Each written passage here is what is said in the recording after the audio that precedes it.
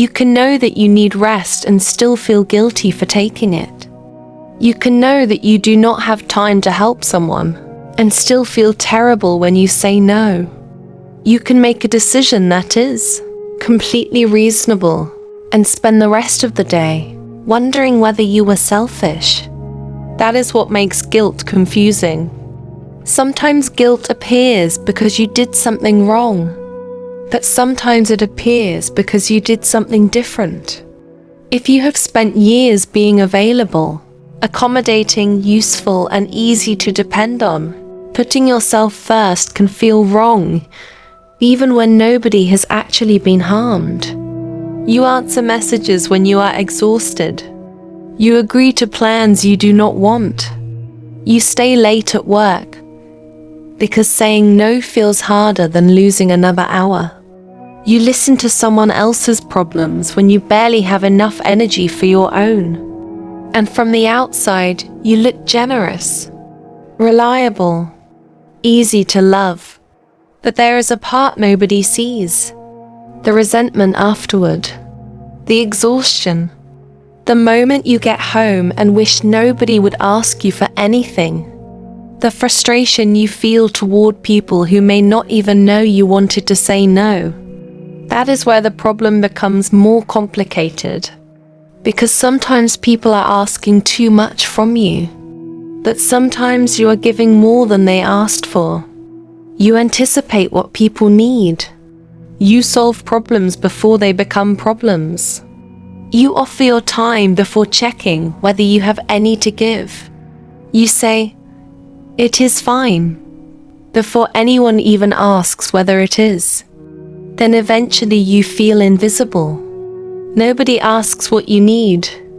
Nobody notices how tired you are. Nobody tells you that you have done enough. But how would they know? You became very good at making your needs invisible. That is not blame. It is something worth noticing. Because if you learned that being loved meant being useful, hiding your needs made sense. Maybe being easy was rewarded when you were young. Maybe you learned that asking for less created less conflict. Maybe your family depended on you. Maybe being responsible became your identity. Maybe you discovered that people liked you when you were helpful, calm, understanding, and available. So you kept becoming more of that person. Eventually, you did not need anyone to tell you to put yourself last. You did it automatically. That is why guilt can appear when you finally stop. Imagine someone asks you for help on the one evening you plan to rest. You could help. Technically, you are not sick. You do not have another appointment. You are simply tired. So you say no. Nothing terrible happens. But 5 minutes later, your mind begins negotiating against you. Maybe I should help. It will not take that long. They probably think I do not care. I could rest tomorrow. Notice what happened. Nobody had to punish you. You did it yourself. You treated your own exhaustion as if it were not a legitimate reason. This is why putting yourself first is difficult for people who have spent years measuring their goodness through sacrifice. The problem is not simply saying no. The problem is what no seems to mean. If I say no, maybe I am selfish. If I stop helping, maybe I am unreliable. If I disappoint them, maybe they will think differently about me. And underneath all of those fears, there can be an even more uncomfortable question. Would these people still choose me if I stopped being useful? That question can keep you overgiving for years. Because usefulness feels safe. When people need you, you know why you matter. When you are the person who fixes things, listens, helps, pays, drives, stays late, remembers everything, or keeps everyone calm. You have a role. But being loved without constantly earning your place is different. There is nothing to perform. And if you are used to proving your value, that can feel strangely uncomfortable. So you keep giving. Not always because people demand it. Sometimes because giving protects you from finding out what remains when you stop. Then one day you become tired enough to change. You stop answering every message immediately. You stop solving every problem. You stop agreeing before checking your own schedule. You start saying, "I cannot do that," and people react. Some barely notice. Some adjust. Some become disappointed. And some say the sentence that can send you straight back into guilt. You have changed. They may be right. You have. Before, you were available almost every time. Before, you apologized for needing space. Before, you rearranged your life to prevent other people from being inconvenienced. Before, you absorbed the discomfort so nobody else had to feel it. Now you are allowing some of that discomfort to remain where it belongs. Someone may have to wait. Someone may have to solve their own problem. Someone may have to hear no. Someone may be disappointed with you. And perhaps that is the part you were never taught to tolerate. Other people's disappointment. You may have spent years believing that if someone you love is disappointed because of you, you have done something wrong. But two people cannot have different needs without disappointing each other sometimes. Your friend wants you there. You need rest. Your family wants you to come home. You already made other plans. Your coworker wants your help. Your own work is unfinished. Someone you love wants more of your time. You do not have more to give. There does not have to be a villain in any of these situations. Sometimes two needs simply collide. If your solution is always to abandon yours, the relationship may look peaceful, but the conflict has not disappeared. It has moved inside you. Nobody is angry with you. You are angry with yourself. Nobody tells you that your needs are inconvenient. You remove them before anyone has the chance. Nobody asks you to sacrifice everything. You have learned to volunteer. That is not peace. And eventually, resentment exposes it. You start avoiding calls. Simple requests irritate you. You feel tired before anyone has even asked for anything. Then you wonder whether you are becoming cold. Maybe you are not. Maybe you are discovering what happens when kindness continues without honesty. Because a yes that repeatedly contains a hidden no eventually becomes resentment. This does not mean every boundary is healthy. That matters too. You can call avoidance a boundary. You can hurt someone and call it choosing yourself. You can refuse responsibility and call it protecting your peace. Putting yourself first does not mean nobody else matters. You still have obligations. You still have promises. You still have to apologize when you genuinely hurt someone. You still compromise. You still show up when it is inconvenient sometimes. You still make sacrifices for people you love. The goal is not to never put another person first. The goal is to notice when you are always the person who comes last. There is a difference between choosing to sacrifice and believing you have no right not to. One is generosity. The other can slowly erase you. And learning the difference requires something more useful than asking, "Do I feel guilty?" Ask what the guilt is actually about.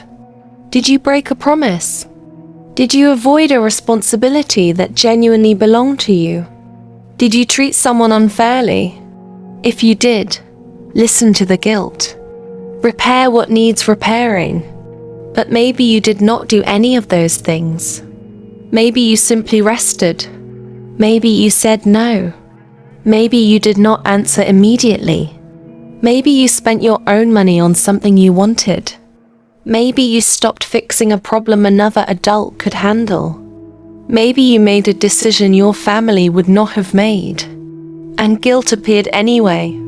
Then the guilt may not be evidence that you did something wrong. It may be evidence that you broke an old rule. A rule like, good people are always available. Good children do not disappoint their parents. Good partners always understand. Reliable employees never say no.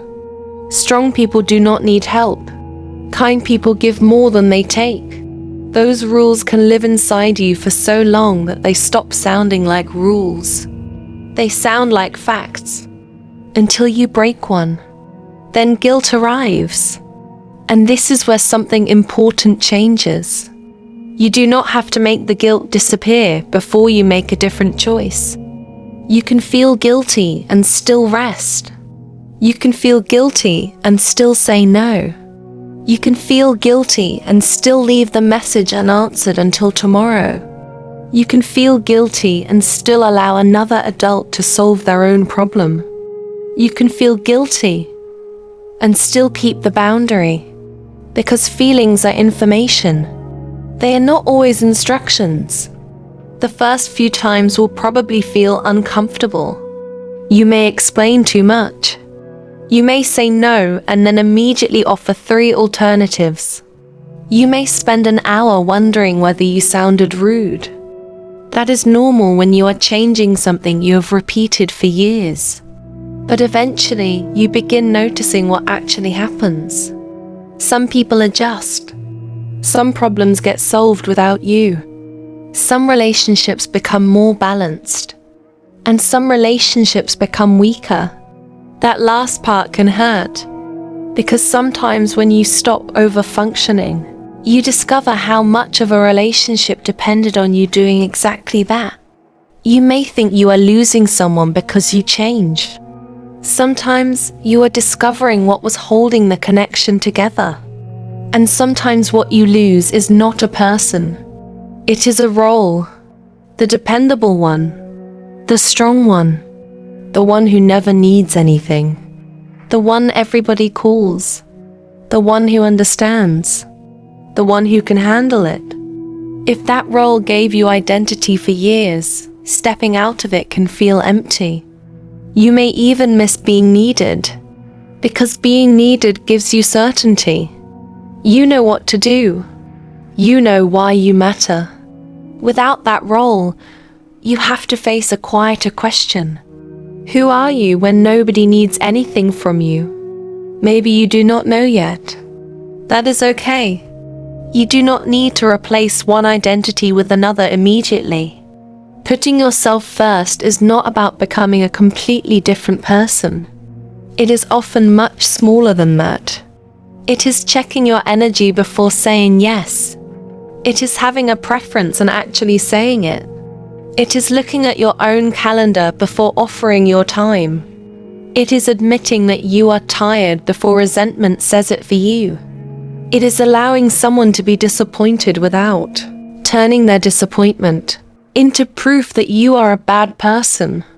It is remembering that you are affected by the decisions you make too. Your time counts. Your energy counts.